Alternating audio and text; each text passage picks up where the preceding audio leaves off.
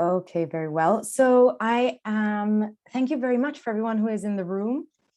It is my pleasure really tonight to introduce this live event for the session, The Poetics of Abya Yala Towards a Non-Colonial History of Contemporary Art. The specially invited chair of this session is Pablo José Ramírez, who is a curator, art writer, and cultural theorist, currently the adjunct curator of First Nations and Indigenous art at Tate Modern.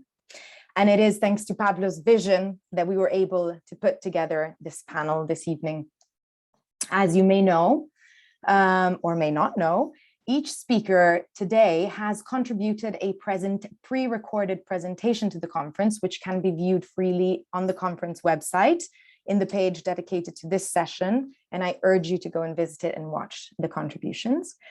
And the speakers I am delighted to introduce today are, in order of appearance, Cristian Vargas Payaqueque. Sorry for my pronunciation. So he is a Mapuche art historian, academic, and researcher who offers in his paper an enlightening view of Indigenous contemporary art, decolonial discourse, and a critique of multiculturalism since Wayamapu. And in this paper, he offers really an incredible roadmap to understanding the complexities of Indigenous contemporary art and the decolonization of representation. Then we are honored to have artist and illustrator from the Sarawak community, Venuka Evnan, who discusses her practice, offering an insight into how a traditional painting technique has been engaging with the contemporary art circuit and its institutions, while maintaining fundamental ties to the Sarawak community and its struggles for representation. Lena Goyer is research assistant at TU Dresden. And in her paper, she explores the painting practice of Mogaje Gihu, commonly known as Abel Rodriguez, through the notion of an aesthetics of renunciation. Meanwhile, she is tracing how the artist has gained visibility within Western institutions. Then we have the wonderful, Bernardo Oyersun, who explores marginality in history and society. And he presents this to us through his sculpture Tentativa, which represents a monumentalized version of a golden guanaco found in an Inca tomb on El Plomo Hill, just above Santiago del Chile, and which he attempts to position as a public monument challenging colonial origin stories of Chile. Finally, we have Brenda Vega, who explores a pre-Inca conception of time and its relation with celestial bodies through her long exposure photographic practice devoted to the preservation of memory in some of the sacred places of Ecuador. And of course, with no further ado, I am honored to introduce our keynote speaker tonight, Boaventura de Sousa Santos. He is Emeritus Professor of Sociology at the University of Coimbra in Portugal and Distinguished Legal Scholar at the University of Wisconsin-Madison. He has published numerous essential books, too many to mention, and many of which are, of course, on our bookshelves, on issues such as globalization, sociology of law and the state, epistemology, social movements, and the World Social Forum. His most recent project, Alice, Leading Europe to a New Way of Sharing the World Experiences, is funded by the prestigious Advanced Grant of European Research Council. So following Boaventura's keynote address, we will begin the roundtable discussion chaired by Pablo José Ramírez with all contributors to the session. Please add your question at any point in the chat or Q&A boxes, and there will be time during or after the discussion to address them. Please note that this event is being recorded. And finally, I have the honor to welcome Professor de Sousa Santos and leave to you the stage. Thank you very much for joining us this evening. Hello, thank you very much for the invitation. Hello, everyone. I'm glad to be here, particularly because this is a topic very dear to me. In the proposal that I've been putting forward of the epistemology of the South, and the art and the aesthetics plays a very major role. And en it so happens esto. that probably is not, Probablemente but no lo sepan, it has facilitated the fact pero ha facilitado el hecho de que 11 books of poetry. yo también sea un poeta con 11 libros publicados en portugués y español. Entonces yo creo que las narrativas Easier to me. para mí son más fáciles gracias a esto. Try to have in this half an hour. Lo que voy a intentar hacer en estos 30 minutos es presentar algunas ideas de por qué pienso que el arte y la estética y la poesía y la literatura y el teatro y música y danza son interesantes si lo pensamos desde el punto de vista de la epistemología del sur global. Y yo le he dado a Sofía un manifiesto que yo presenté en la Bienal de Arte en La Habana, en Cuba, en 2019. Y es mi primer intento, de manera muy sencilla, de intentar presentar algunas de las ideas de las epistemologías del sur. Probablemente muchos de ustedes conocen mi trabajo, El final del imperio cognitivo, ¿no? Ese fue mi último trabajo donde hablo de la epistemología del sur, que bueno, esas epistemologías son muy antiguas, ¿no? O sea, la cosa verdadera ya existe hace mucho tiempo, aunque el nombre sea algo tal vez más reciente. Y ahora en las universidades en todo el mundo se está hablando de dos paradigmas de conocimiento con respecto a la relación entre el conocimiento y la lucha social. La epistemología separa el conocimiento y la lucha social, y los dos paradigmas, o sea, el dominante es el de Hegel, donde el conocimiento viene después de la lucha.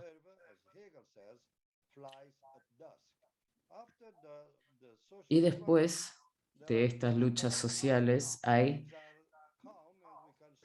calma. Y ahí podemos empezar a reflexionar y a pensar. ¿Cuál es el problema de este paradigma? Que después de la lucha solamente el conocimiento de los ganadores es el que permanece, el que predomina, y el conocimiento de los perdedores en la historia desaparece, porque tal vez no es reconocido como conocimiento. Y en las universidades se ha estado enseñando el conocimiento de los ganadores en la historia y no de los supuestos perdedores en la historia. Por eso necesitamos hacer una descolonización de las universidades. El segundo paradigma es casi el opuesto, que es el marxista, es conocimiento antes de la lucha social, porque Marx entendía que la clase trabajadora no era revolucionaria per se, tenía que aprender a través de una ciencia marxista que permitiría que tuvieran una conciencia de clase, una conciencia revolucionaria. Entonces es conocimiento antes de la lucha. Y es muy importante eso, por lo menos en mi tipo de trabajo yo me considero en un marxista que intenta decolonizarse a sí mismo. Pero también hay mucha frustración en este paradigma, así que yo estoy sugiriendo un tercer paradigma, que el conocimiento nace durante la lucha, o sea, nace de la lucha. Porque, bueno, hay muchos movimientos indígenas, de mujeres, de personas negras, y bueno, me han dicho que desde su punto de vista de las luchas es más fácil probablemente que se renueve la epistemología. Entonces el conocimiento del sur global siempre estuvo ahí, no reconocido por nuestras universidades, y es el conocimiento producido por aquellos que se resistieron contra la dominación occidental y los que han sufrido más con ese tipo de dominación. Y la dominación para ellos claramente es una dominación con tres dimensiones principales: colonialismo, capitalismo y el patriarcado. Hay otros, claro, el sistema de castas, por ejemplo, religión, pero estas serían las tres esferas principales de dominación. Queda muy claro entonces que el colonialismo no es algo del pasado, está aquí muy presente con nosotros. Lo que terminó fue un colonialismo histórico, que, bueno, fue hecho por ocupación extranjera, pero el colonialismo resistió y sigue existiendo de manera diferente. Es un colonialismo interno, racismo, expulsión, por ejemplo, de personas rurales e indígenas de sus territorios, de todo tipo de colonialismo. O sea, sigue existiendo y es parte de la vida de muchos de maneras muy diferentes. Y si pensamos así, podemos ver que nuestras sociedades modernas en realidad tienen como o sea, les cruza una línea que separa dos formas de sociabilidad. Sociabilidad de los seres humanos y de aquellos que nunca son considerados plenamente seres humanos, sino que son considerados subhumanos, ¿no?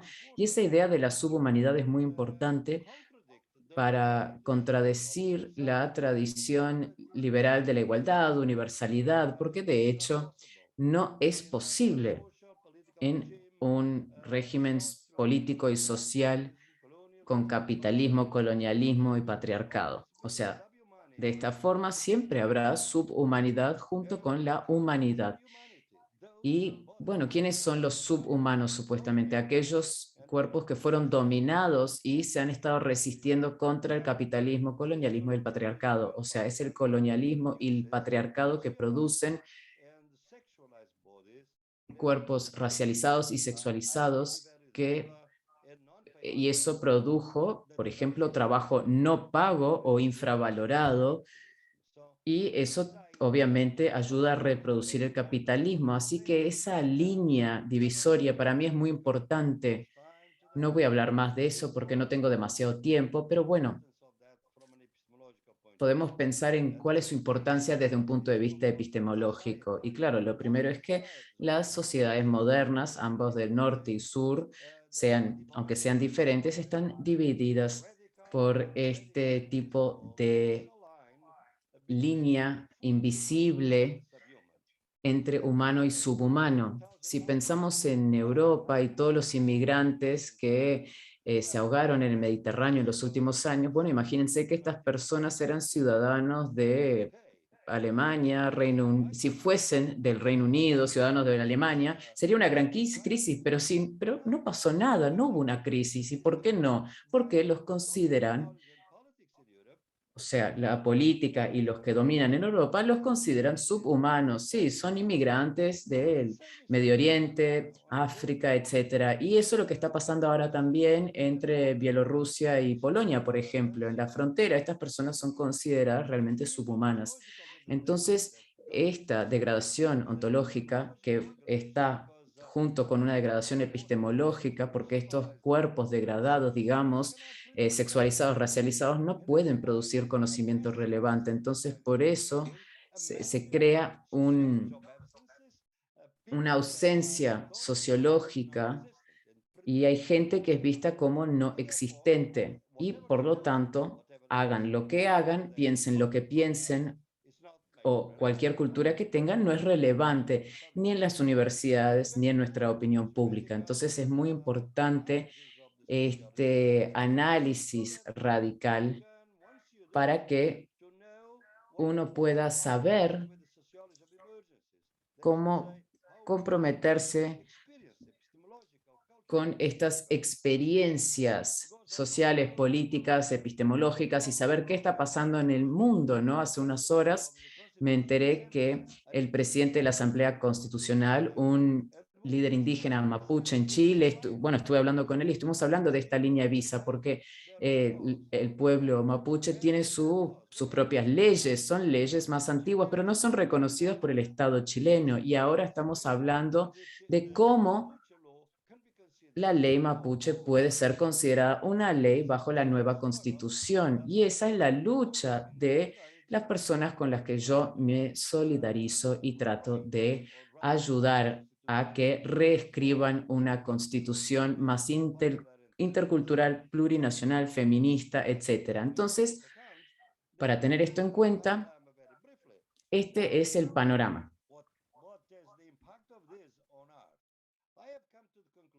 ¿Cuál es el impacto de todo esto? Yo llegué a la conclusión de que los artistas, y ya les voy a explicar por qué, yo pienso que los artistas entienden toda esta cuestión. Yo estoy trabajando con diferentes tipos de poetas, curaduría en museos, en el Reino Unido, en Glasgow, por ejemplo, en Bristol, en Suecia, en Latinoamérica, en Berlín, y yo pienso que estas son personas jóvenes que están tratando de entender el museo desde otra perspectiva y producir un archivo diferente. Y me doy cuenta de que, de hecho,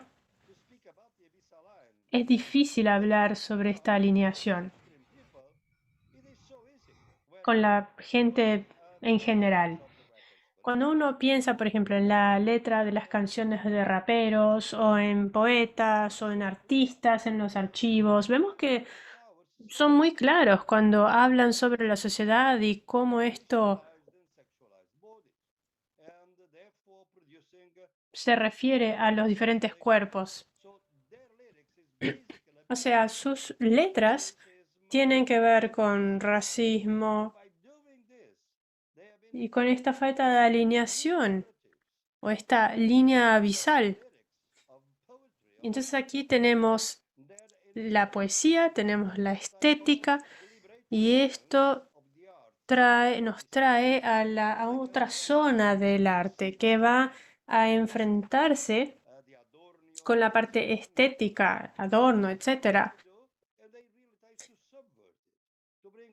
Y va a también ir más allá para traer otros tipos de arte y otros tipos de estética. Y estamos tratando de entender por qué los artistas en general, por qué es tan difícil ver esta línea, caminar sobre esta línea. Y muchas veces vemos los dos lados, ¿verdad? El lado metropolitano de los seres humanos y también la parte colonial, decolonial de los seres humanos. Y muchos están en esa zona no metropolitana, pero cuando tratan de ver esa línea, en ese momento van a entender toda la radicalidad que no vemos en la parte fisiológica o sociológica o filosófica, en fin. Yo pienso que es importante hacer una colaboración para entender mejor la línea abisal. Esto está de hecho disponible en diferentes idiomas y yo pienso que en la sociología no puedo expresar toda mi indignación, ¿no? Mi rabia con estas injusticias tan radicales. Y por eso yo pienso que la epistemología acá tiene que enfocarse también en el conocimiento, en la dificultad para acceder a eso y todo tenemos que reconocer que eso no está solamente en las universidades. De hecho, también hemos visto una gran creatividad y es muy bueno intentar revelar esas exclusiones abisales, como le digo. Y vemos que son personas humanas y dignas en condiciones que no son dignas, básicamente. O sea que tenemos que también incluir el arte en todo esto y hablar de una serie de factores. Yo pienso que eso es lo que quisiera comentarles. Es un resumen de lo que nosotros hacemos en las clases de PhD aquí en la universidad. Los resúmenes se hacen con artistas porque llegamos a la conclusión de que con los alumnos esto es muy útil para entender el arte. Son artistas, son raperos, son personas que hacen performance, que participan de obras de teatro o les gusta la música, en fin, son artistas y expresan su creatividad.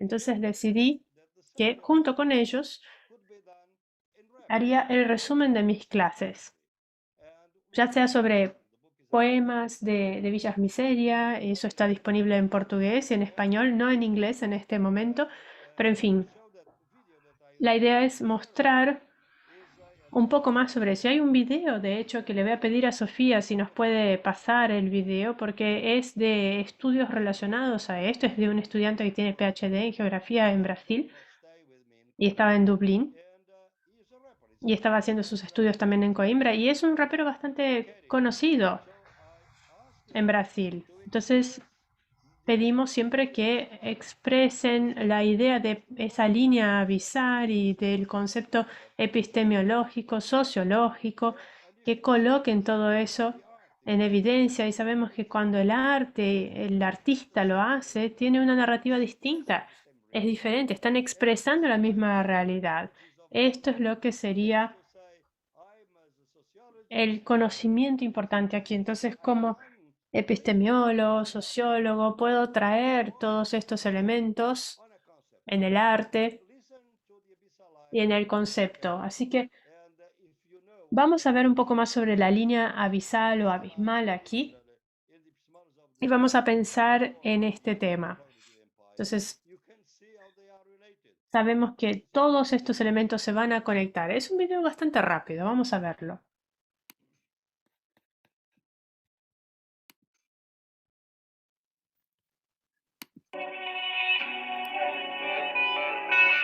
Eu não digo vai da bandeira, chegava montanas,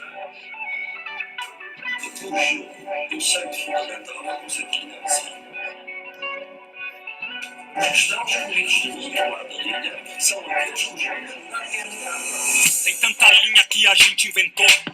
Tem linha de montagem, até linha retrô, linha de pensamento, linha do Equador, linha de telefone e linha de tricô, linhas reais ou imaginárias, linhas inúteis são necessárias.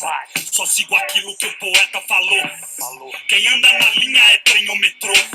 Sou água que corre entre as pedras, passageiro, liberdade ninguém carrega. Pode ver, tô na linha de tiro e não posso moscar. Na linha por um fio não dá pra vacilar.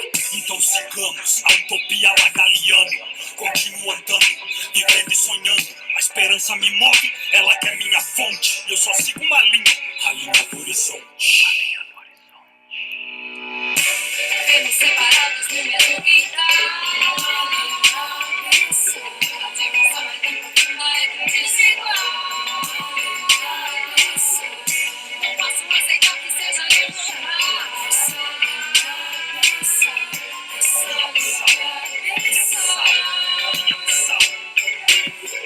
Separa o disparo certeiro do acidental. Um mundo metropolitano e outro colonial, que põe direitos humanos pra secar no varal e faz o navio negreiro parecer tão atual.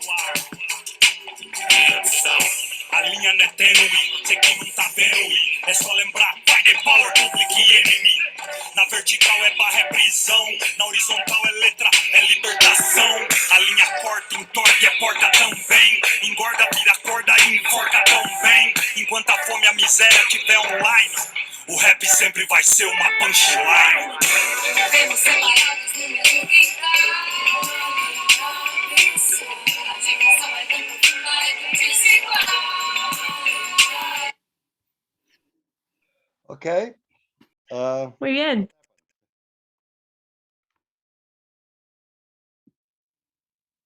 Oh, did you want the whole thing? Sorry, that was 2 minutes. Okay, good. So, Creo que se nos cortó el video, pero no hay problema.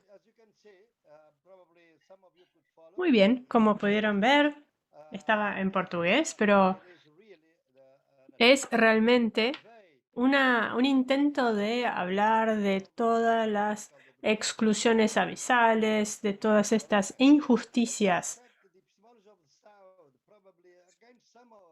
Pero sabemos que con la cuestión colonial no se trata solamente de esto, también se trata de la alternativa. Tenemos que pensar de manera distinta sobre estas alternativas. Y esto quiere decir que cuando uno hace una crítica de la línea abisal, toda la epistemología toda la diversidad epidemiológica y también el conocimiento ecológico tiene una asociación, y si trabajamos con pueblos indígenas, vemos que todo esto integra nuevas culturas y elementos cuando hablamos de cultura, de maneras distintas, claro, cada uno con su criterio, cada uno con sus reglas. La idea de la ecología del conocimiento es muy importante en términos de la línea abisal y por esta traducción intercultural. Les voy a mostrar otro video de una orquesta de Buenos Aires, en Argentina. Y en este video tenemos a una persona que une una serie de instrumentos muy antiguos, va combinando todo esto con diferentes tecnologías de música y vemos cómo eso se hace. Yo estuve con ellos en Cusco en diferentes ocasiones. Es un video muy corto de esta orquesta que combina lo que es antiguo y nuevo, diferentes tecnologías en la ecología del conocimiento.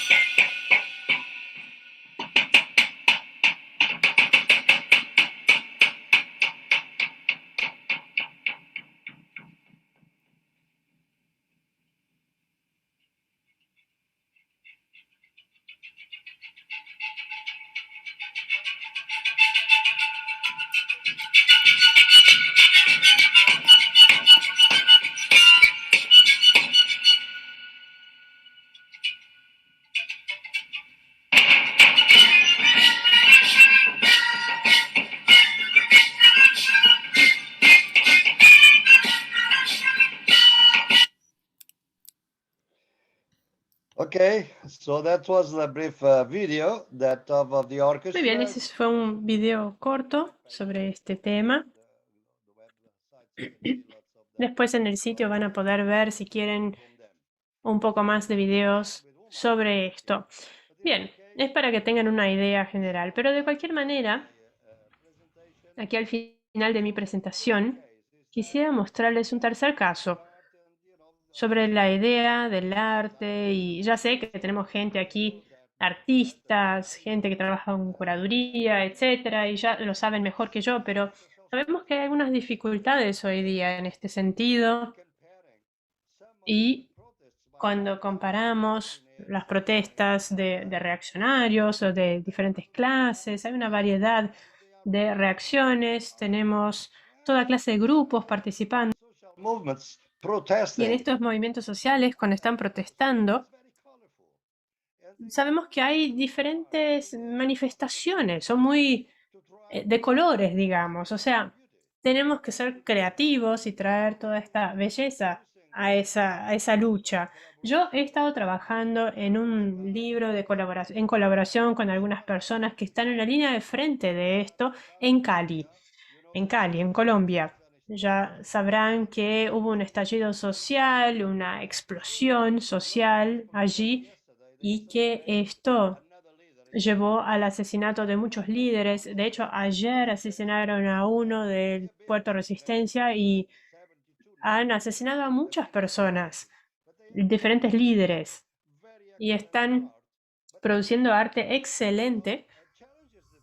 Y hay algunos desafíos en este sentido porque básicamente es una lucha donde están tratando de crear paradigmas diferentes, monumentos diferentes, están colectando dinero. Vamos a pedirle a Sofía que nos muestre una foto ahora, una fotografía muy interesante. Vean aquí de 10 metros este monumento que coloca la mano resiste. Este es un monumento muy bonito que ha sido atacado por las fuerzas de la derecha del gobierno que intentan acabar con esto, y las personas están tratando de defender este monumento. Es un monumento que es muy importante, porque lo que no se ve aquí es que es un producto de la colaboración de mujeres y hombres que han estado luchando. Cada comunidad puso algo para poder crear este monumento a la resistencia. Y tuvieron días y días creándolo y fue un gran festejo. O sea, este es el símbolo de la resistencia y de la revolución que hay en Cali, y es realmente trágico el sufrimiento que tienen que aguantar. Y también es interesante porque mezcla la lucha indígena y también los jóvenes urbanos, desempleados, personas sin origen que vienen de largos periodos de violencia en Colombia, son hijos de la guerra o la contrainsurgencia y demás. Entonces realmente es un producto de arte.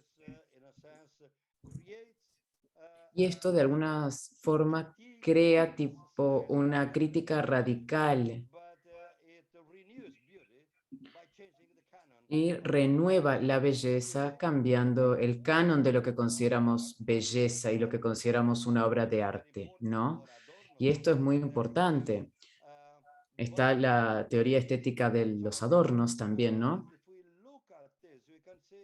Creo que si vemos esto podemos ver cómo podemos renovar el arte y la estética y cómo es relevante esto para nuestras universidades, para nuestro propio conocimiento y también, en mi opinión, es parte de la epistemología del sur. Muchísimas gracias por la atención.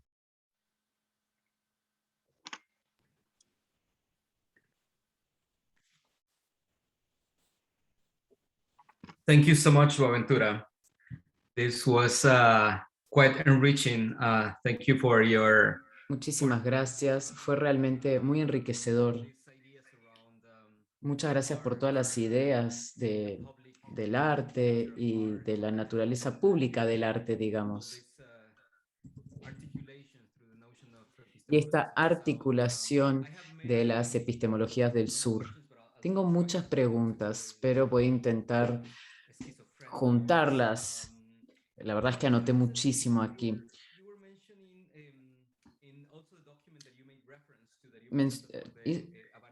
Hizo referencia a un documento, ¿no? De la Bienal de La Habana, y habló de que no hay una estética, ¿no? Y yo me acuerdo que hay un comisario, curadora amiga, que una vez me dijo, puedes ir al Louvre y ver Picasso y puedes no sentir nada, o sea, no tiene que gustarte, ¿no? No hay un gusto universal ni una estética universal.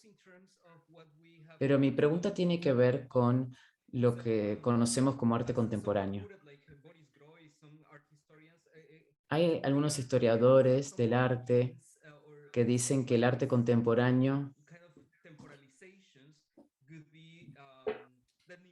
tiene una temporalización y puede ser el momento neoliberal.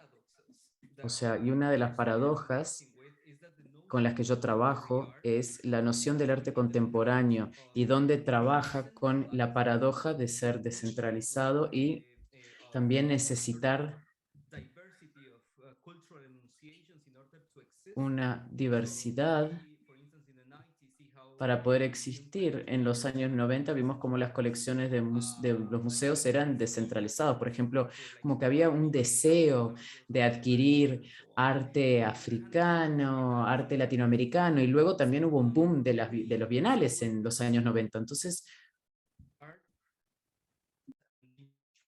disculpen, pero se está cortando el original.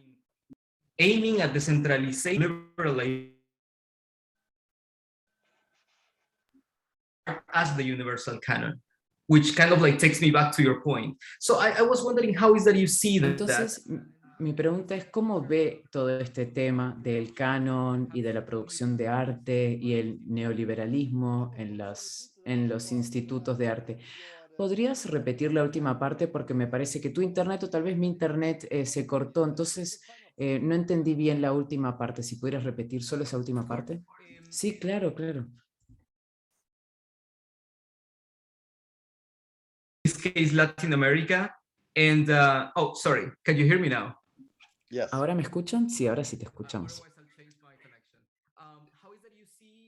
¿Cómo ve esto en términos de arte indígena contemporáneo o arte contemporáneo latinoamericano y las estructuras de neoliberalismo? O sea, y entonces, ¿cómo ve esta paradoja de la universalidad en términos de política, pero siempre como discurso teniendo como la inclusividad, la inclusión y ¿no? Y la descentralización? Bueno, creo que si quieren juntamos 3 preguntas y luego yo puedo contestarlas todas. Sí, claro, seguro, muchísimo mejor. Bueno, otra cosa que diría que me llamó la atención fue la idea de descentralizar la estética, donde no hay solo un régimen. Entonces, por ejemplo, los rituales, el baile, la poesía, ¿no? A veces se dejan a un lado. Y usted nos dio ejemplos de esto, con estos videos increíbles, y entonces me quedé pensando en eso. Si pensamos en la estética no occidental, o sea, serían como prácticas que tal vez no están pensadas en la parte visual, ¿no? Me gustaría saber qué piensa sobre eso. Y la última pregunta que tengo es que me gustaría saber un poquito más sobre cómo ve usted la noción del arte indígena como tal en los museos occidentales en Europa y Estados Unidos. Los últimos 5 años hemos visto un gran aumento y una apertura en términos de arte indígena. Los consejos o juntas directivas de los museos están intentando adquirir más arte indígena, se están formando otro tipo de comité de adquisición. Entonces, algunos dirían que este es un momento para el arte indígena, donde finalmente tienen como una silla en la mesa, ¿no? Como dice un historiador australiano. Entonces, profesor Boaventura, yo quería saber cómo ve usted el arte indígena y la relación que tiene con la producción de cuerpos racializados, porque la noción indígena ya es un concepto colonial. Entonces, ¿cómo es que nos involucramos con este concepto y lo usamos como una herramienta que nos ayude a lograr la emancipación? Esa es mi última pregunta. Muchas gracias. Wow, Pablo, muchas gracias. Pensé que iban a ser 3 preguntas de 3 personas diferentes, pero veo que tú tienes muchas preguntas. Perfecto, excelente, son muy buenas preguntas. Pablo, yo creo que no hay una teoría única, o sea, no puede haber una teoría única. ¿Por qué? Porque cuando uno intenta crear una teoría general, uno está canibalizando parte de la realidad. Por eso siempre menciono la epistemología del sur y también digo que trabajo en la estética del sur, las estéticas del sur, o sea, no en plural. Para que haya una comprensión mutua y un enriquecimiento mutuo, tenemos que pensar de abajo para arriba. En la India, en Latinoamérica, tenemos que crear. O sea, no puede ser algo dictado de arriba para abajo, sino de abajo para arriba. Tenemos que luchar para tener este tipo de comprensión. Y las bienales, por ejemplo, también pueden ser un punto de entrada. Pero también puede ser un punto de entrada para destruir la naturaleza destructiva del arte y de la estética, ¿no? Nosotros conocemos la voracidad de la epistemología del norte, de integrar, asimilar, acomodar la diferencia para poder destruirla. Y creo que tu tercera pregunta tiene que ver con eso exactamente. O sea, claro, en cualquier generación tenemos que empezar las conversaciones usando los conceptos que tenemos disponibles, porque las luchas o los términos de las luchas son definidos por las personas que tienen más poder durante esa lucha específica, y la lucha consiste en cambiar las reglas del juego, los términos de la lucha. Entonces empezamos con la idea indígena, porque como has dicho tú, originalmente, por eso a veces hablamos de las personas, de los pueblos originales, pero la pregunta siempre radica, ¿no? Si tratamos de cambiar la forma de reconocimiento que tenemos, ¿cuál sería una actitud que se asemeje más a la epistemología del sur y al arte indígena? Hay una insurgencia que se expresa a través de un billonario de Texas, y bueno, todo eso es posible. Pero, por ejemplo, el monumento que yo les mostré es protegido por las personas de Cali, pero puede ser destruido. Muchos artistas, como Picasso, por ejemplo, incluyen la insurgencia en sus obras. Pero ¿cuál es la diferencia? Los curadores o comisarios de museos con los que yo trabajo quieren mostrar, por ejemplo, en Suecia hemos estado trabajando con un concepto que, si ven la estética desde el punto de vista de la epistemología del sur, no se pueden separar. Esas estéticas vienen de las luchas que ocurren. Entonces, ¿cómo se pueden integrar ambas si el artista, objeto, es comprado por el museo y exhibido en el museo? Eso es precisamente lo que hay que hacer y lo que tienen que hacer los curadores. ¿Por qué? Porque la mayoría de los museos son financiados por las mismas empresas que están destruyendo a los pueblos indígenas a través de la extracción de minerales y todos los recursos naturales que existen en esos territorios. Entonces, son los que donan el dinero y aceptamos esas donaciones para poder imponer arte indígena en los museos. Para mí es una contradicción. Hay que denunciarlos, no hay mejor forma de exhibir sin destruir el potencial de insurgencia de este arte. O sea, y hay que pensar cómo este arte indígena se extrae de manera fetichista de las luchas que ellos han creado, ¿no? Y cómo se muestran, ¿no? Se exhiben en los museos, o sea, son retirados de la sociabilidad colonial y se ponen en una sociabilidad metropolitana de manera extractivista. La extracción no es solo de recursos naturales. Yo durante muchos años como sociólogo también fui un extractivista, porque una vez que uno realiza entrevistas con las personas, ¿qué está haciendo uno? Extrayendo información. Si uno, por ejemplo, no sé, puede ser de otros departamentos, yo superviso a muchos estudiantes de doctorado y decimos, las personas tienen información, no conocimiento. Y nosotros hacemos nuestro cuestionario o llegamos con un guión o con una lista de observaciones, o sea, no nos importa su conocimiento, pensamos que el conocimiento es nuestro, nosotros producimos conocimiento, ellos producen información, eso es extractivismo. Así que estamos llegando al final del imperio cognitivo, primero epistemológico, segundo metodológico. ¿Por qué? Porque no podemos seguir con metodologías que son de extracción, tiene que ser de colaboración, tiene que ser de participación, y para poder lograr esto hay que ir tal vez a través del arte y de la estética y denunciar el proceso y mostrarle al museo que es un producto de la extracción, pero también de la resistencia a la extracción. Entonces, tiene que ver con un sentido de denuncia.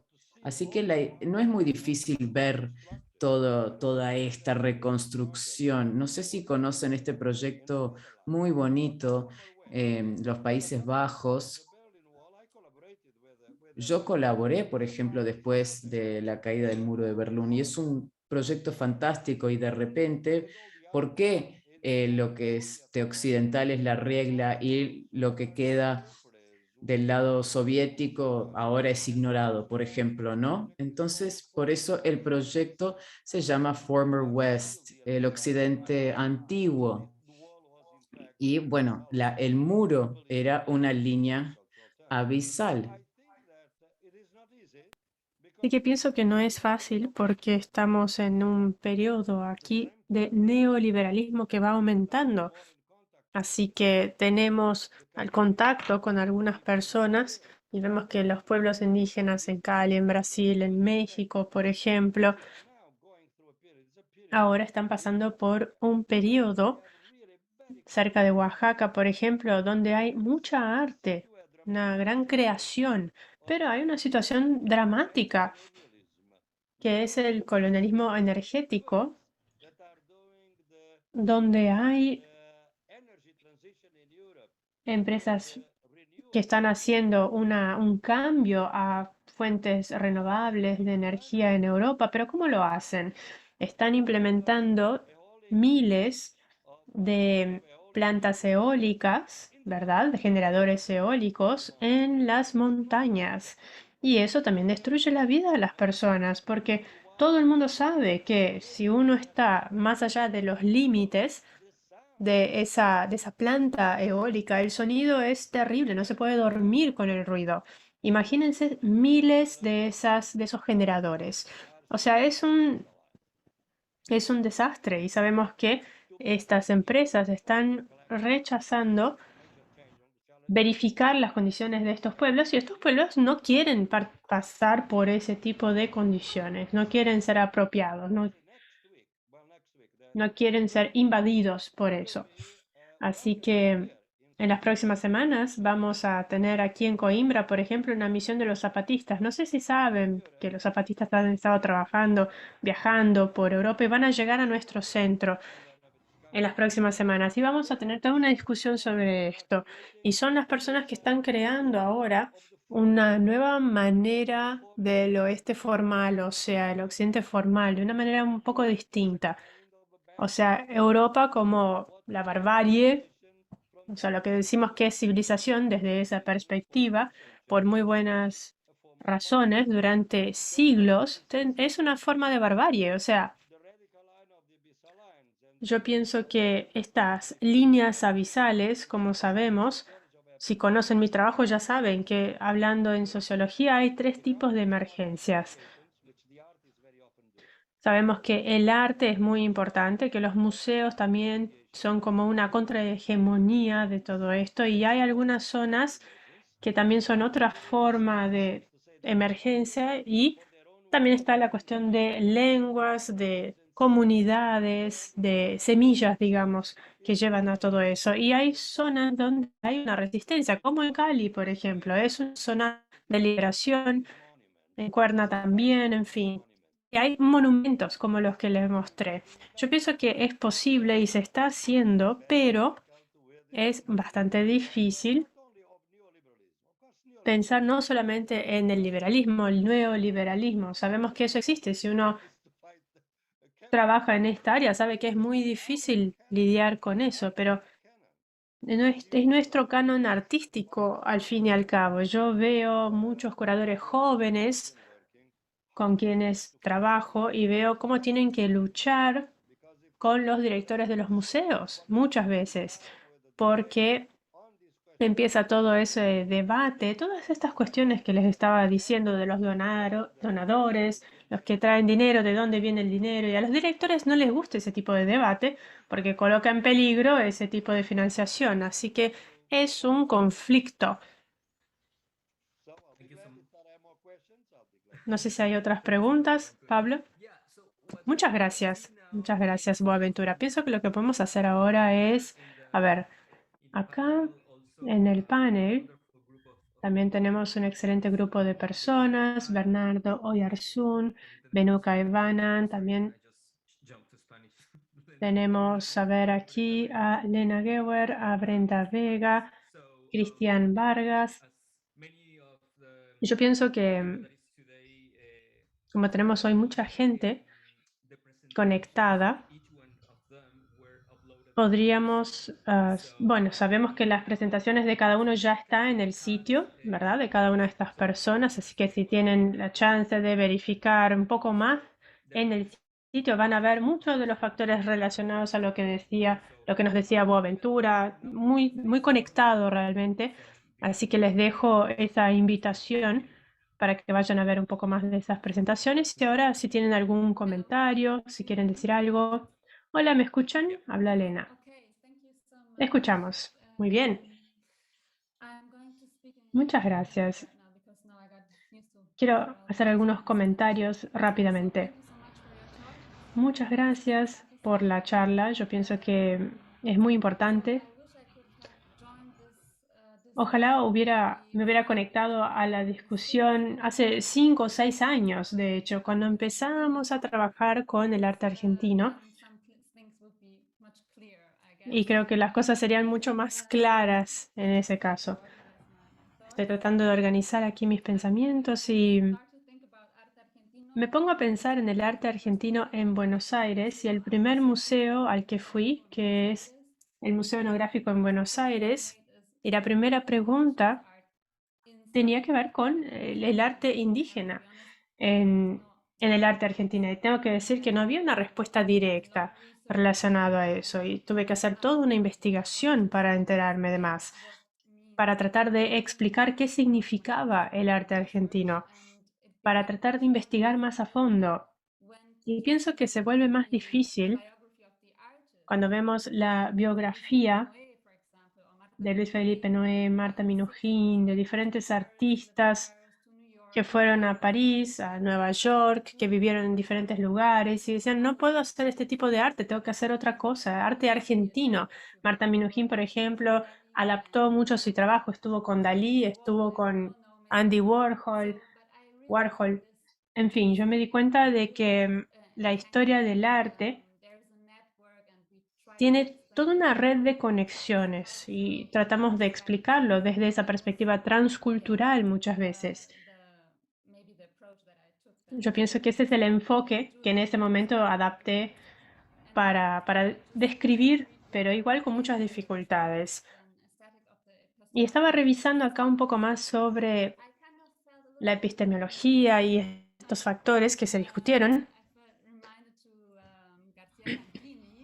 Aquí pensando en García Canclini, por ejemplo, que también es sociólogo,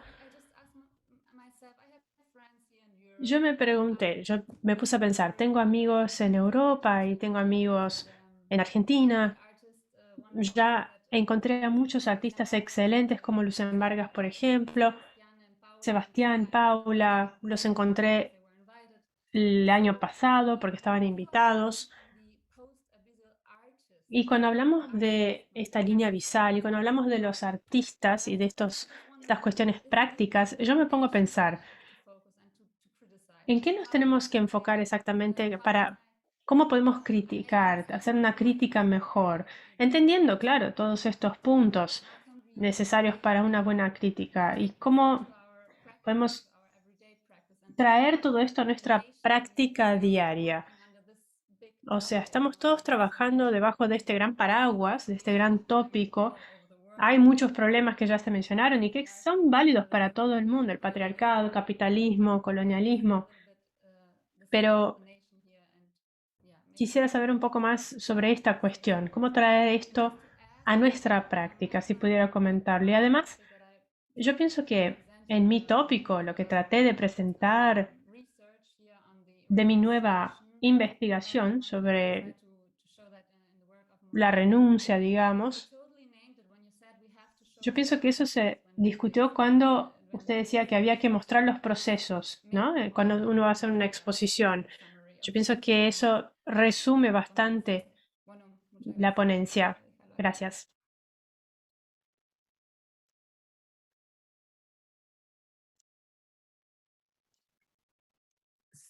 Pablo, I don't know if you want that I answer to Lena Si or quieren, puedo more hacer un comentario, contestarle aquí a Elena, no sé, ¿qué prefieren? Sí, yo pienso que que alguno también quiere hacer algún comentario o decir algo aquí, porque de hecho estoy viendo que hay algunas preguntas de la audiencia, pero eso lo vamos a dejar al final. Entonces, yo pienso que también puedo conectar todo esto con algunos papers, algunos artículos que ya están en línea, de hecho, en el sitio, como decía antes. Pero a ver, creo que siguiendo aquí la presentación de Boaventura y el último comentario de Elena, en la práctica de Bernardo y de Benuca, por ejemplo, en su práctica artística, en su caso, a ver, Bernardo, en la presentación vemos muchas ideas de colonialidad, de la fabricación, digamos, de la historia colonial a través de este trabajo, que es bastante consistente para reemplazar la estatua en la Plaza de Armas de Santiago, en Chile, de Valdivia, y la idea era proponer un guanaco de oro de verdad. Entonces vemos esta articulación bastante poderosa de ideas sobre el espacio público, la estética precolombina, y también como que se une todo eso en su trabajo. Y yo me puse a pensar, trataremos aquí de articular con varias personas, también pensando en el trabajo de Benuca.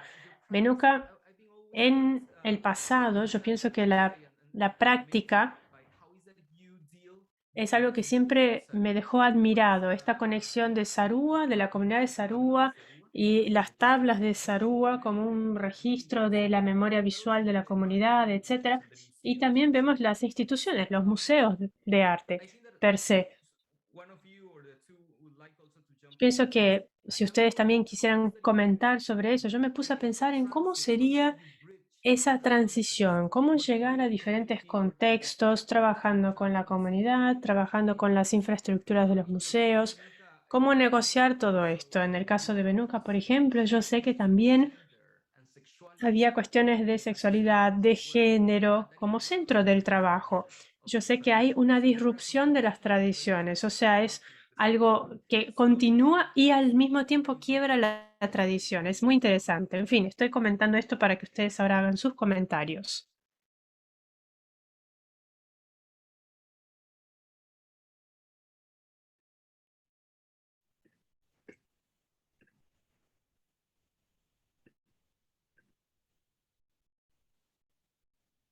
Okay, so no comments. Perfecto, no hay comentarios. Veo que están muteados. Voy a continuar entonces. Ya, perdón. Ahora sí puedo hablar. Benuca, yes. Es que pensé que hacías pregunta para otras cosas. Primero, gracias Pablo por invitarme. También escuchar al primer ponente, muy interesante todo lo que presenta. Y como tú dices, ¿no? En perspectiva, tengo una técnica heredada de una comunidad que es de Sarwa, pero que al mismo tiempo lo aplico para plasmar mis inquietudes como mujer, como hija de migrantes, como hija de ayacuchanos, como ayacuchana que soy, y que justamente trato de mezclar eso, ¿no? El estilo propio de una comunidad, pero con mis propuestas y también usar otros soportes y, como tú dices, llegar a otros espacios que ya no sean solamente donde colocan al artesano que llaman, ¿no? Sino también que vayamos rompiendo esas barreras y que nos veamos de manera igual, ¿no? A un artista egresado de una escuela y a un artista que aprendió de sus familiares, ¿no? Entonces, y en estos tiempos también ya poder incluir la expresión, la voz de la mujer a través de la pintura, en mi caso, y para mí escuchar acá y verlos a todos y conocer el arte indígena de diferentes países es muy enriquecedor. Esta experiencia también muy grata, así que yo estoy contenta en esa parte y a seguir trabajando en ese rubro. Ahora sigo postulando para concursos de pintura a nivel nacional y voy quedando semifinalista, entonces para mí es muy representativo estos espacios porque genero interés a que vayan a la comunidad, genero interés a que quieran conocer más del arte de comunidades, de pueblos, ¿no? Y de personas que no han pasado por escuelas, pero que tienen una herencia rica que lo heredan de familiares, del día a día, es su vida cotidiana, ¿no? Entonces, así vamos trabajando de esta manera. Quiero mandar saludos a Gabriela y a Horacio, nada más, que me están viendo. Gracias, Benuca.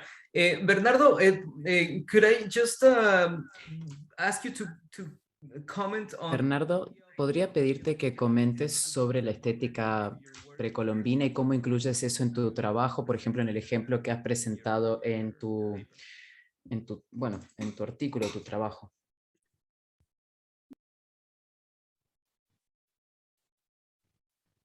I don't know, can you hear No te us? escuchamos. Bernardo, ¿tú nos escuchas? Tienes el micrófono desactivado. Sí, Bernardo, no te escuchamos. Because I think that he's not No listening. sé si él nos escucha. Ahora sí. Yo no hablo inglés, ¿me puedes preguntar en español, por favor? Con mucho gusto. No, me preguntaba por el tema de la cuestión como de la idea de estéticas precolombinas y cómo es que eso se traduce en tu práctica en la idea esta de monumento público, ¿no? Con el caso que presentaste en tu ponencia. Solo si pudieras elaborar rapidito un poquito sobre eso. Sí, en varias piezas que he desarrollado en proyectos que tienen que ver justamente con, o que tienen inspiración en el arte indígena, hay una motivación muy fuerte que tiene que ver con un poco buscar esos cánones que están en el arte popular, en la artesanía y toda la herencia que entrega, ¿cierto? Sobre todo en el arte popular, el arte indígena. Es un tema bien complejo porque cuando uno busca, por ejemplo, en el mundo indígena, una cosa que me sorprendió muchísimo y que lo encontré muy bello también, era que la palabra arte, por ejemplo, no existe en el mundo mapuche al menos, porque se considera el arte no como algo específico, sino como que algo que está integrado en todas las cosas. Por lo tanto, buscar un canon o buscar algo como más estructurado o más académico, si se quiere, es súper complejo. Entonces, en el fondo, es curioso porque hay una paradoja también, porque uno empieza a buscar esos parámetros, esos cánones, a partir de una mirada occidental, porque yo pasé por la escuela de arte, entonces yo mismo empiezo a hacer una suerte de filtro y buscar esos cánones, pero con las herramientas que aprendí en la universidad. Entonces, es muy raro el fenómeno como se da y es muy complejo, es súper complejo. Ahora sí hay cosas evidentes, por ejemplo el caso de la copia del guanaco, claramente tenía la pieza y la podía replicar y estaba inspirado absolutamente por un acto político. Es decir, la inspiración era justamente la tentativa de borrar la estatua del colonizador que estaba en plena plaza de armas. Y por lo tanto, el ejercicio ahí se volvía de alguna manera más fácil, pero hay en otras instancias es más complejo. No sé, por decir algo, la obra Huelquén, por ejemplo, donde, claro, buscar a partir de elementos absolutamente tradicionales como las máscaras mapuche y tratar de vincularlo con el arte contemporáneo, pasaba por un ejercicio mucho, mucho más complejo porque había que bueno, la herramienta que usé ahí fue justamente usar un contrapunto material, que era con el LED, con las luces LED. Pero esa ha sido la búsqueda en el fondo, porque pienso que en esta búsqueda hay mucha mixtura o una suerte de contaminación, entre comillas, ¿cierto? Porque uno busca con herramientas de alguna manera occidentales, en el fondo. Al menos eso es lo que me pasa a mí, ¿no? Gracias, Bernardo. Puedo hacer gonna... un pequeño apunto, que Bernardo, Sí, se puede activar la traducción en simultáneo, en bajo a la derecha hay un mundo como, y así se puede seguir en cualquier idioma si quiere. Perfecto. Nota Muchas técnica, gracias. me voy. Muchas gracias. Muchas gracias a ti. Thank you, Sofía. Muchísimas gracias, Sofía. Bueno, ahora voy a hacer preguntas del público que nos están llegando y por favor contesten. Cualquier miembro del panel puede contestar, Boaventura también, claro.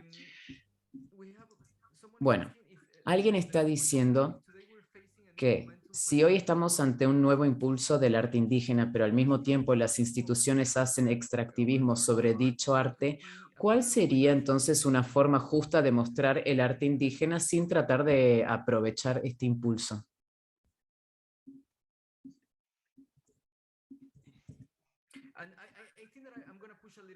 Creo que voy a añadir algo. Cristian, es algo que me hizo pensar en tu presentación. O sea, por ejemplo, has hecho una crítica de este multiculturalismo neoliberal y el pensamiento de la colonialidad como algo temporal continuo. Entonces, en tu opinión, todavía existe esa opresión colonial. Entonces, en el caso de Chile y, bueno, el arte mapuche, ¿cuál es tu visión? Tal vez, no sé, conectándolo con la pregunta anterior. Bueno, ¿me oyen bien? ¿Sí? ¿Se oye bien? Sí, ya, súper. Bueno, primero agradezco la invitación y también saludo a todos quienes están aquí presentes. Es una complejidad, ¿no? Porque yo creo que se necesitan analizar procesos continuos, ¿no? El primer proceso continuo tiene que ver con el acceso que han tenido el mundo indígena a estos espacios históricamente capitalizados y cooptados por élites culturales, ¿no? ¿Por qué señalo ese dato? Porque gran parte o una generación de artistas indígenas, en el caso mapuche, en los años 90, muchos de ellos iniciaron haciendo arte sin pertenecer a escuelas o facultades de arte institucionalizadas, ¿no? Entonces, ¿por qué señalo ese proceso? Porque yo la mayoría de artistas indígenas o mapuches que conozco, pertenecemos recién a la primera generación que estudia formalmente en la universidad de nuestras familias, ¿no? Entonces, es un aspecto que creo que es necesario considerar, porque no es casualidad que sobre la opresión colonial o los resabios que tiene el colonialismo, que el mundo indígena siga siendo a la fecha el mundo que menos acceso a la educación tiene, ¿no? Entonces eso creo que es un punto a considerar.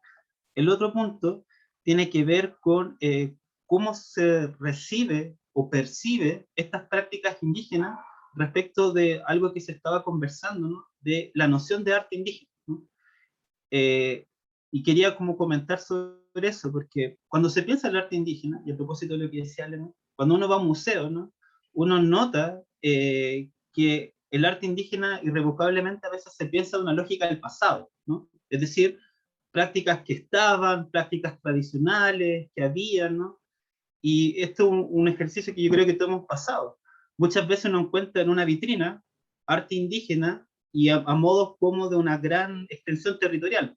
Mesoamérica, Andes centrales, como si no hubieran diferencias culturales entre los propios pueblos indígenas, ¿no? Y eso ya nos da cuenta de cuál es la visión hegemónica que existe respecto de estos pueblos, ¿no? Ahora, ¿qué es lo que ocurre de eso? Y es más o menos lo que yo sostengo en algunas investigaciones que he estado haciendo el último tiempo, es que respecto del arte indígena contemporáneo hay una puesta en función de la noción de contemporaneidad, ¿no? Es decir, que los pueblos indígenas históricamente han tenido que luchar por ser reconocidos como sujetos contemporáneos, ¿no? Que viven, que piensan, que están en el contexto del quinto centenario de la llegada de Colón a América. Era fácil notarlo, por ejemplo, en lemas como aún estamos vivos, aún estamos presentes, todavía existimos, ¿no? Entonces me da la impresión de que cuando en el circuito del arte contemporáneo formal, institucionalizado, también hay una cierta imagen o estereotipo de lo que el mundo indígena debería llevar ahí, ¿no? Entonces, yo lo digo de una visión quizás un poco crítica, porque a veces siempre se espera de que hay como visiones, epistemología, y eso me parece súper valorable, pero también hay una propuesta política que se está instalando ahí, ¿no? Y en ese sentido creo que eso igual discute con la lógica de Estado, con el capitalismo, con el neoliberalismo, y que siento que en esa sintonía también se está. Ahora, claro que hay un problema a propósito de todo lo que se hablaba, ¿no? Porque justamente hoy en día yo podría preguntar quiénes coleccionan arte indígena contemporáneo, ¿no? ¿Cuáles son las fundaciones que también están generando este tipo de instancias para poder sobrellevarlo? Y ahí hay algo que curiosamente sigue ocurriendo, que muchas veces solamente al mundo o a los artistas indígenas se les exige dar cuenta de su indigenidad en estos espacios. pero eso no ocurre respecto de artistas no indígenas, en términos simples. Yo no le digo a un artista chileno, a ver, muéstrame tu chilenidad en tu obra, ¿no? Pero sí al artista indígena se le exige como dar cuenta de su indigenidad en sí, ¿no? Y creo que eso también son formas de cómo se está concibiendo las prácticas al interior de estos círculos institucionalizados, ¿no? Yo creo que en virtud de esta noción de contemporaneidad, también hay una noción de lo universal que el mundo indígena también tiene derecho a decir, ¿no? Y creo que eso me parece como súper relevante, porque también es una forma de discutir el canon actual, ¿ya? Hay muchas cosas que podría comentar, pero voy a dejar hasta ahí porque también la idea es que conversemos entre todos, así que de antemano le agradezco lo que hemos estado hablando. Thank you so much, Christian. This is really... Muchísimas gracias, Cristian. Realmente qué enriquecedor todo esto. Estoy realmente de acuerdo con muchas de las cosas que dijiste sobre todo. Tiene que ver con el régimen actual de política de identidad y las representaciones y las instituciones de arte. Es muy interesante lo que has dicho. Me gustaría hacer esta pregunta también del público y tal vez Brenda pueda decir algo también. Y Boaventura, bueno, creo que sería muy interesante, la verdad, saber su opinión sobre esto, sobre el mestizaje. La pregunta dice,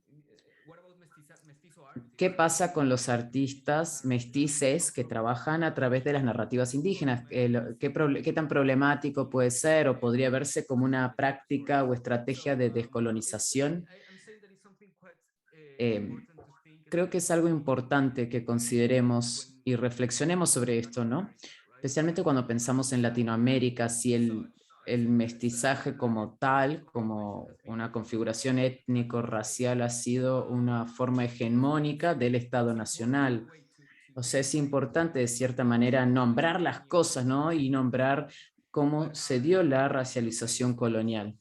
Y teniendo esto en cuenta, estaba intentando, al hablar con algunos amigos curadores que trabajan con arte indígena, por ejemplo, en Canadá está el término métis, que son los mestizos, pero incluye lo que llamamos primeras naciones, pero mestizo en Latinoamérica tiene otra dimensión, digamos.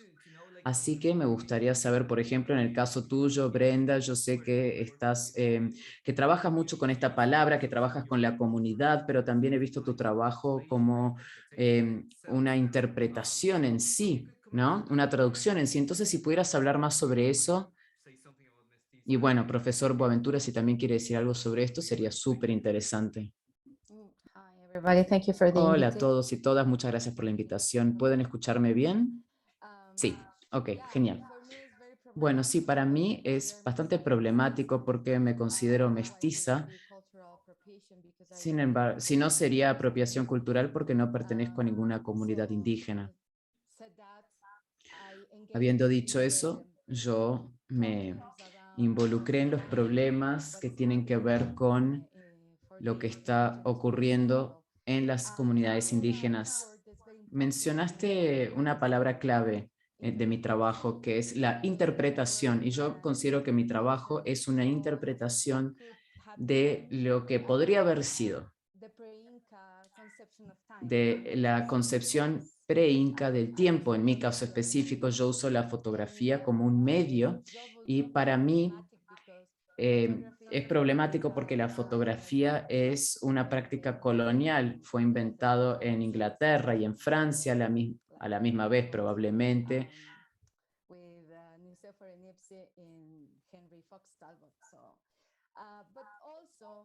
Y bueno, con Henry Talbot, entonces para mí es muy difícil porque yo trabajo con esta preconcepción del tiempo indígena y para interpretar a través de la epistemología de fotografía. Entonces uso la cámara pensando en qué podría haber sido, qué podrán haber, qué es lo que vieron o cómo interpretaron el tiempo, específicamente la cultura pre-inca o pre-incaica. Entonces yo no sé si tengo la respuesta.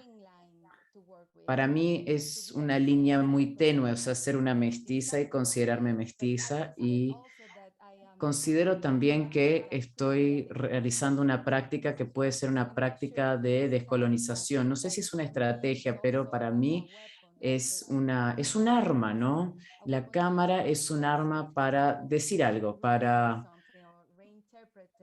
reinterpretar algún problema que tal vez no ha sido respondido, aunque no quiero que sea respondido, ¿no? Pero me gusta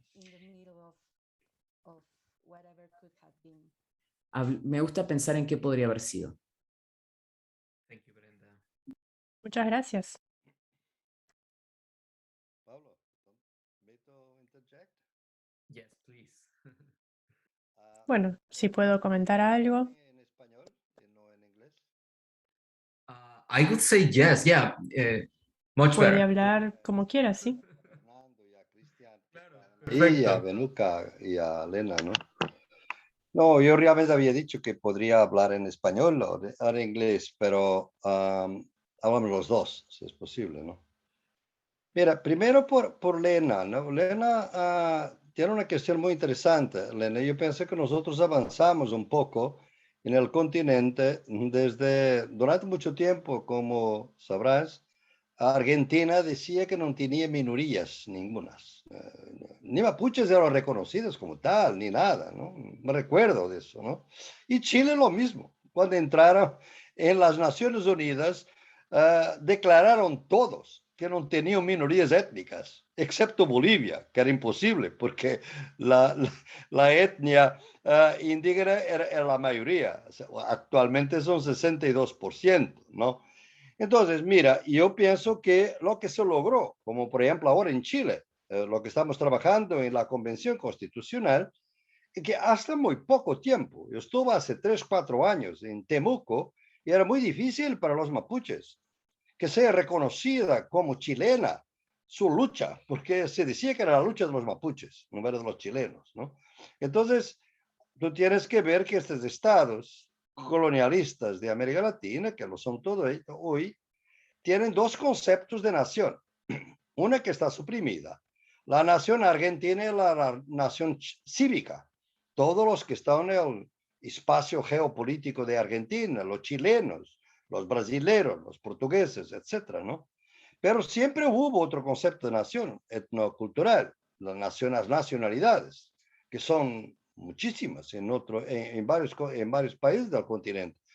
Y lo que estamos en la lucha en este momento es de ver cómo se pueden hacer compatibles o, digamos, articuladas en el mismo país las dos ideas de nacionalidad.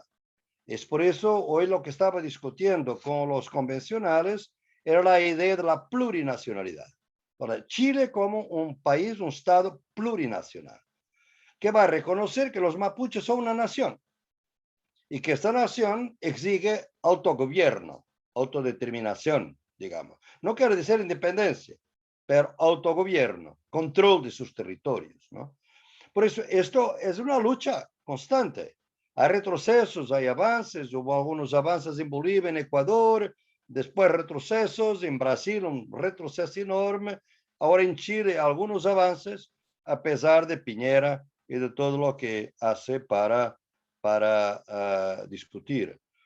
Esa es la primera cuestión. La segunda que gustaría también de hablar un poco en esto con Cristian y con Benuca, realmente esta idea de lo indígena, realmente es eso, se creó esta idea de que es el pasado, todo eso, pero no es para nada, ¿verdad? Al contrario, sabemos eso, ¿no? Entonces lo que se trata es de partir del concepto para subverter, para crear otros significados, resignificar el concepto, ¿no? Como insurgencia, como resistencia, como arte que puede renomiar las cosas. Y en ese sentido, la arte indígena, como la arte popular o afro, por ejemplo, en Cali es una mezcla interesante. Este monumento, la mano resiste, es producido por indígenas y por afrodescendientes en Colombia. Es muy interesante porque tiene una alianza, digamos, de etnocultural en la construcción de un monumento estético unificado. Entonces, y tú tienes razón, por eso digo que lo que es importante es que el artista, digamos, indígena, lo que sea, que viene del otro lado de la línea abisal, como digo, lo que hace es una arte posabisal. Al denunciar las ausencias, la supresión, él se convierte en un artista post-abisal, porque denuncia la abisalidad de esta división entre humanos y subhumanos en el pensamiento hegemónico. El problema del arte, esto que tenemos que ver políticamente, es que cuando un artista indígena mestizo, ya voy a hablar de lo mestizaje de mi experiencia, un artista que logra reconocimiento, su arte es comprada, por ejemplo, por un museo, adquirida. Lo que pasa es que este artista como persona pasa la línea abisal, o sea, deja de la línea de invisibilidad y pasa a la línea de visibilidad de los museos, de la sociabilidad metropolitana. O sea, él como persona pasa la línea abisal, pero su comunidad no pasa. La comunidad sigue humillada, sigue suprimida, sigue excluida. Este es el drama de los rappers, lo he discutido muchas veces. Los rappers que son reconocidos, venden discos, etc. Pero las comunidades periféricas de las ciudades latinoamericanas siguen con todas las carencias habitacionales, de salud, etc. Y por eso hay una responsabilidad del artista que es llamar la atención para toda esta diferencia entre un pasaje, digamos, individual y no un pasaje colectivo. Por eso el artista, digamos, que viene del otro lado de la línea indígena popular, feminista, urbano o no, afro, tiene este deseo de ser un artista colectivo, de traer una colectividad con su arte, ¿no? Eso me parece muy importante y es quizás en una resignificación de la estética y de las estéticas. Esto es lo más contemporáneo que se puede imaginar. Es que cuando un artista individual es un símbolo colectivo en sí mismo, ¿no? Tiene una responsabilidad muy grande por eso, ¿no? Y eso me parece que es otro tipo de estética que, al contrario de la estética, digamos, convencional, reduce al individuo a la individualidad y nunca logra, en ningún caso, logra ver su articulación con su comunidad. Al contrario, su valor reside precisamente en la medida que se separa de la comunidad, ¿no? Entonces, esto es por un lado. En cuanto a lo mestizaje, es un problema muy discutido en el continente, discutido en otros espacios. Y ahí, ¿cómo está la discusión hoy? Si ustedes, por ejemplo, están en el Caribe, si están en Jamaica, si están en las Bahamas, si están con los pueblos indígenas y afro de todo el Caribe, el mestizaje no es un problema, porque realmente toda la cultura del Caribe es mestiza. Es el concepto que ustedes saben, es la creolidad. Creolidad es un concepto matriz de la arte caribeña. Y es una mezcla, porque fueron no simplemente las culturas occidentales en el Caribe, también las orientales, la China, por ejemplo, ha sido bastante importante en el Caribe. Entonces hay una mezcla y ellos han asumido eso. En el resto del continente tenemos dos mestizajes. La mestizaje, como la entendemos originalmente, es colonialista. ¿Por qué? Porque históricamente es el producto de la violación de una mujer indígena o afro por un blanco, un hombre blanco, básicamente. El mestizaje nació de eso, ¿no? Es una herida colonial en el concepto de mestizaje. Pero el problema es que después de 4 o 5 siglos hubo muchos cambios, muchas mezclas. Y por eso es necesario a los pueblos oprimidos y excluidos de se apropiar del concepto de mestizaje. Y por hoy, ustedes, por ejemplo, les aconsejo, si quieren ver, hay un debate de 2 horas que hice en los Andes, a 3.900 metros, de 2 horas, que está en mi página. Ustedes pueden, Pablo puede mostrar, que es un conversatorio con Silvia Rivera Cusicanqui. Y ahí los dos somos amigos, habíamos discutido hace muchos años y discutir los dos tipos de mestizaje. ¿Por qué? Porque hubo siempre dos tipos de mestizaje en América Latina. O sea, los mestizos blancos y los mestizos indígenas. O sea, hubo mestizos, gran parte de los mestizos se identificaron como Bolívar, Simón Bolívar, obviamente. Se identificaron con los blancos. Y por eso esa es la parte colonial de mestizaje. Pero hubo muchos mestizos que se identificaron con los indígenas. Son los mestizos oscuros, mestizos indígenas, mestizos negros. Y esos han sido luchadores decisivos en la lucha por la emancipación. Muchos líderes indígenas que tenemos hoy en el continente son de hecho mestizos, pero identificados como líderes indígenas. Ailton Krenak, por ejemplo, un gran líder indígena de Brasil, obviamente, que tiene mestizaje. Lo hemos discutido, o sea, tú te apropias de esa herida colonial y la curas por tu política, por la manera como tú te introduces en la lógica. Por eso me parece que deberíamos realmente de saber cómo lidiar con estos conceptos y no buscar, ya no es posible, les digo, buscar una arte pristina indígena sin contaminación hoy en día, ¿no?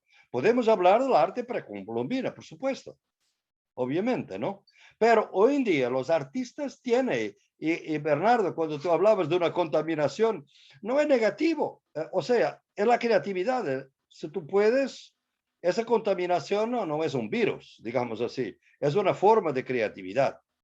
El problema es que hay contaminación negativa cuando uno pierde la identidad.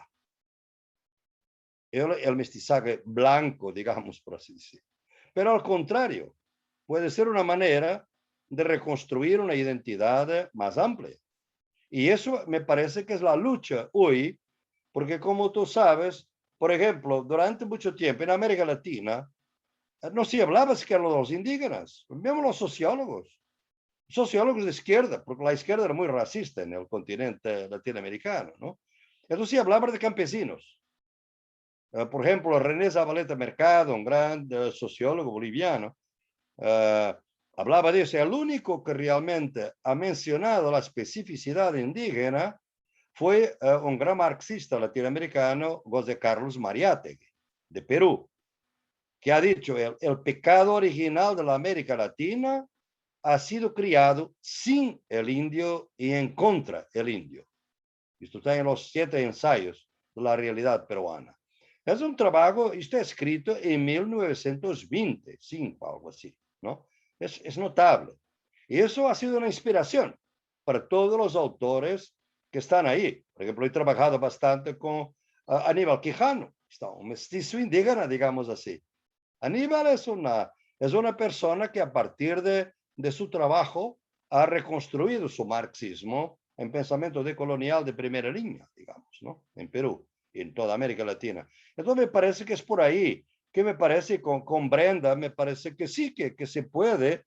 Claro que es muy interesante hacer este tipo de trabajo que tú haces y hoy hay maneras tecnológicas de reconstruir a través, por ejemplo, la forensic photography, que es una línea muy interesante, puede reconstruir, por ejemplo, en las guerras, cosas que no son visibles para nada. Es casi una invención, pero no lo es, es otra manera. Y sobre todo, como Pablo decía, una otra estructura visual, ¿no? Porque el gran problema, y eso es para mí, trabajando con las artistas indígenas, yo pienso que con los que están aquí pueden mirar eso. El problema de la estética occidental y toda la epistemología es que nosotros miramos esta cultura, mira lo visible, no ve lo invisible. En las culturas indígenas amerindias, por ejemplo, es fundamental ver el invisible, los ancestros, por ejemplo. Yo me recuerdo en trabajo de campo en Colombia, cuando los taitas, que los jefes, digamos, indígenas, decían al ministro del Medio Ambiente, no podemos decidir porque tenemos que conversar con nuestros ancestros. Y el ministro le preguntaba, ¿qué es eso? Los ancestros están muertos. Y los indígenas le decían, no, están vivos, están aquí con nosotros. Claro que el ministro no los veía. Y cuando el ministro decidió preguntar a los indígenas, entonces ustedes tienen sus ancestros ahí, consulten ahora para saber si están de acuerdo con el megaproyecto minero, que era lo que se trataba en ese entonces. Y los indígenas, los chefs, han dicho, todos los chamanes que estaban ahí, han dicho, no, nosotros solamente podemos contactar con nuestros ancestros en la luna llena y después de los rituales. No podemos conversar con ellos de cualquier manera. Todos los indígenas, todos que habemos trabajado con indígenas, sabemos que eso. Parte de la idea de respeto y de dignidad con los ancestros viene del ritual. Entonces, limitar el campo visual a lo que se ve es la gran limitación de toda la epistemología estética occidental. Y es por eso que por veces es muy difícil a partir de aquí entender el artista, por ejemplo, Posavisar, porque su arte es una manera de visualizar el invisible. Y eso difícilmente se entiende, digamos, ¿no?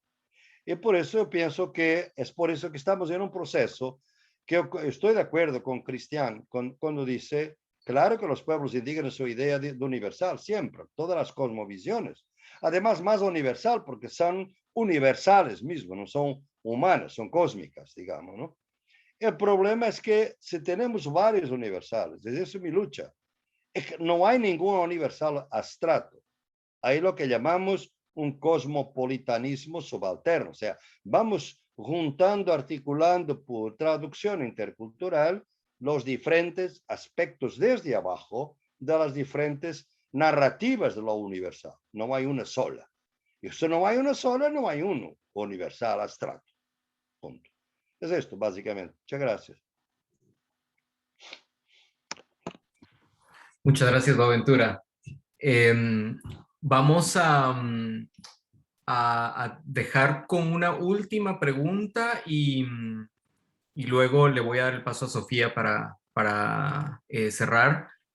Ha sido verdaderamente enriquecedor y quedan muchas cosas por platicar y discutir. Yo creo que podemos también pasar algunas de los comentarios y preguntas después a los panelistas para que cada uno también las tenga.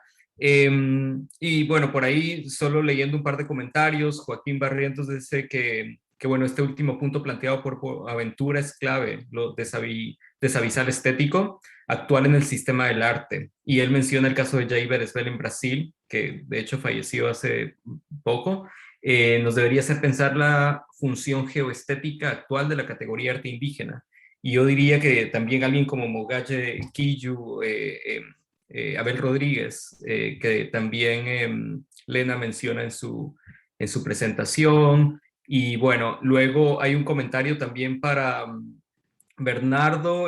Bernardo dice, bueno, que que tentativa es un hermoso gesto poético simbólico que toma el juguete de un niño como medio para desmontar al colonizador de su manto ecuestre. Entonces también, bueno, te dejo ese comentario ahí. Y para cerrar, por si alguien quisiera contestar esta pregunta, Iliana Selejan pregunta sobre el futuro, las posibles formas de futurables, ¿no? En términos de cómo estas estructuras que hemos heredado, estructuras coloniales, institucionales, en las cuales seguimos forzados a operar. En este caso ella comenta la academia y los museos. ¿Cuál puede ser el futuro posible, ¿no? Para todos nosotros que de una u otra manera estamos relacionados con ellas. Cualquier persona que quiera comentar, bienvenido.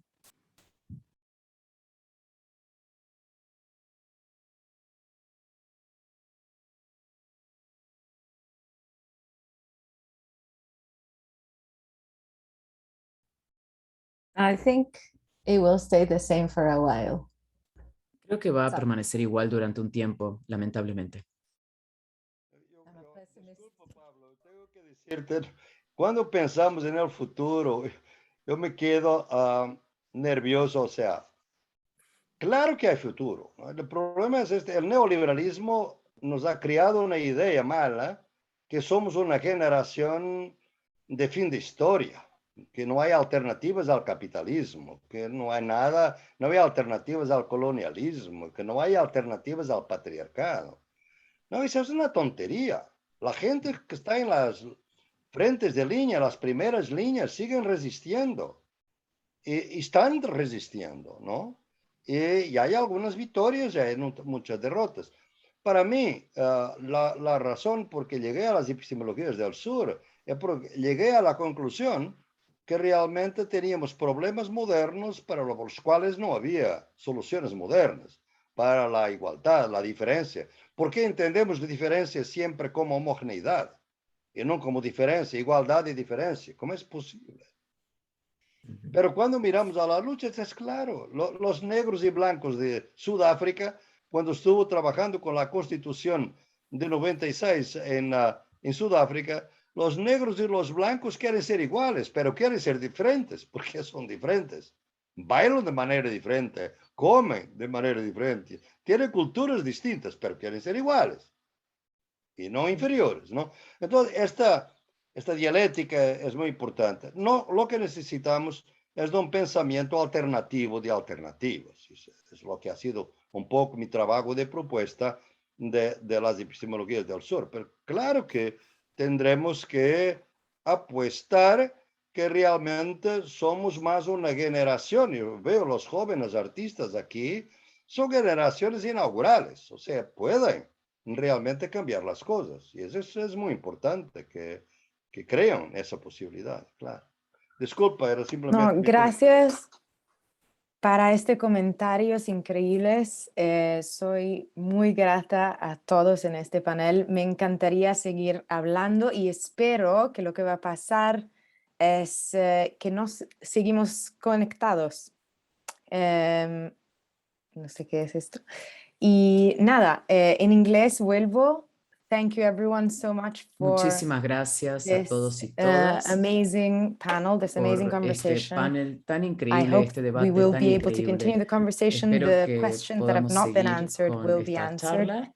Thank Las you so preguntas much, que no se Pablos. Thank contestaron you so se much, contestarán. Boaventura, Muchísimas gracias. Lena, Brenda, Pablo, Bernardo, Boaventura, Venuca, Lena, Christian. Brenda, Venuca, And I Bernardo, wish you Cristian. all a really Y bueno, wonderful les evening. deseo que tengan una muy linda tarde. Thank you. Thank you. Muchísimas Bye. gracias. Join us next Gracias, week adiós. for political Por favor, bodies. júntense la semana que viene. Tendremos más.